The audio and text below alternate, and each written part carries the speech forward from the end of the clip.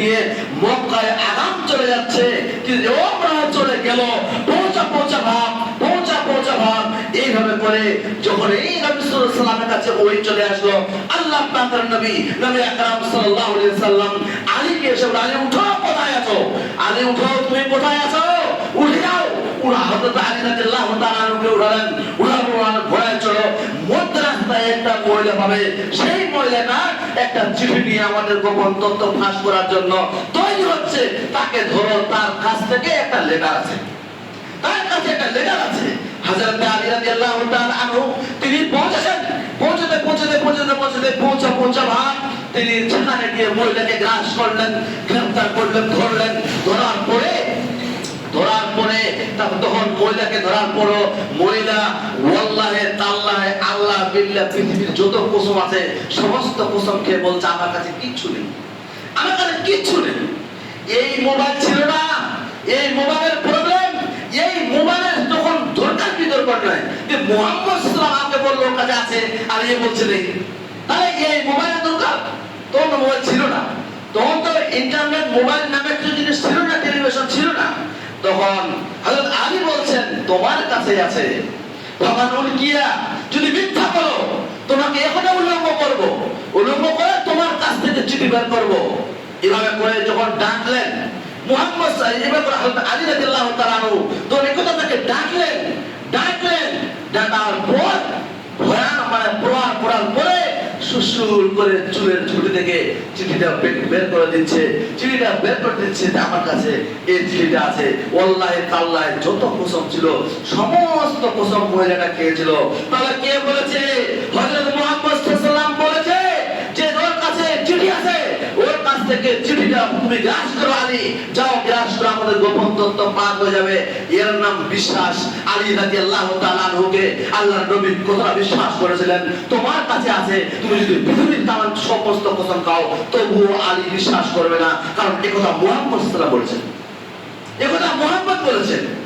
তাহলে আমাদের কি উচিত?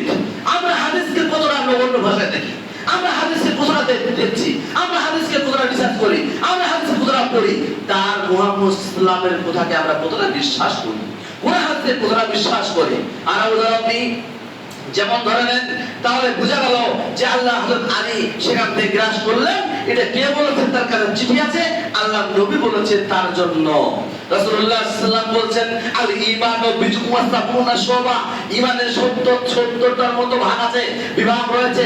তোর মধ্যে সব থেকে এক নাম্বার লা ইলাহা ইল্লাল্লাহ, সর্বশেষ হচ্ছে ওয়াদনাহা ইমানাতুল আজা আনিল তারিক, রাস্তা থেকে ক্রিয়া দাও, বস্তু দাও, খারাপ বস্তু কাটা দাও, ক্রিয়া দাও, ইট খোলা পাথর মানুষকে লাগবে, এইগুলো তো সরিয়ে দেওয়া, এটা হচ্ছে সব থেকে কিছু ঈমানের পর্যায়ে।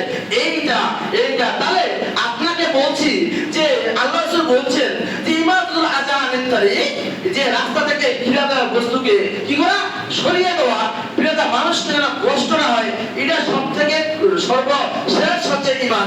তাহলে এখানে রাস্তা দেওয়া, ক্রিয়া দেওয়া বস্তুটাকে সরিয়ে দেওয়া, ঈমানের সম্পর্ক কি? ঈমানের সম্পর্ক কি? ঈমানের সম্পর্ক কি আছে?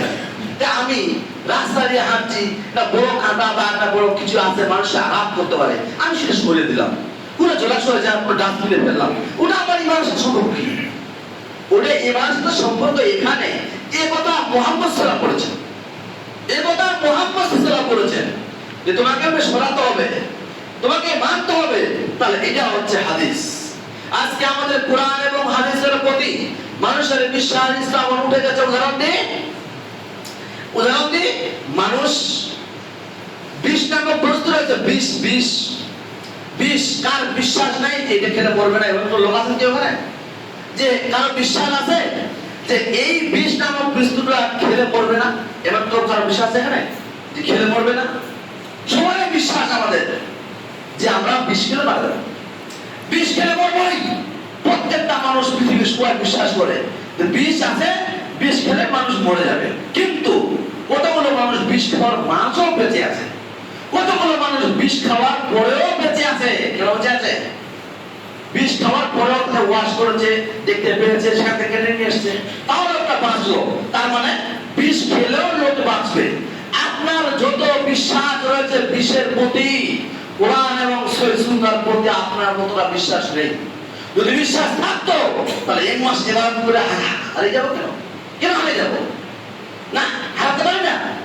আল্লাহ পাক রব্বুল আলামিন আমাদের জন্য সঠিক বুঝদান করে, সঠিক বুঝদান করে, তাই সকলে বলুন আমিন। আল্লাহ পাক রব্বুল আলামিন আমাদের জন্য কোরআন এবং সহিহ সুন্নাহ, কোরআন এবং সহিহ সুন্নাহ ভিত্তিক আমল করার জন্য তৌফিক দান করে, তাই সকলে বলুন আমিন। আল্লাহ পাক রব্বুল আলামিন আরো করি মহান করুণাময় রব্বুল আলামিন যতগুলো কথা আজকে বলা হলো, তো আল্লাহ পাক রব্বুল আলামিন আল্লাহ আমাদেরকে বুঝার তৌফিক দান করে, সকলে বলুন আমিন। আমাদের বিষ্ণুর প্রতি যারা বিশ্বাস, আমাদের কোরআন হাদিসের প্রতি যারা বিশ্বাস নেই, মানে প্রমাণ করে দেওয়া হচ্ছে, তাহলে বোঝা গেল আল্লাহ পাক রব্বুল আলামিন আরাধনা করি যে সমস্ত লোকেরা অসুস্থ আছে আল্লাহ তাআলাকে তুমি সুস্থ করে দাও। যে সমস্ত লোকেরা আজকে মুসলমান জাতি অবহেলিত, ঘৃণিত, প্রতারিত, নির্যাতিত, আজকে সময় আজকে মুসলমান জাতি অবহেলিত, ঘৃণিত, নির্যাতিত, সেটা তুমি হেফাজত করো, আমিন। আল্লাহুম্মা আনসুর মান নাসারা দিনা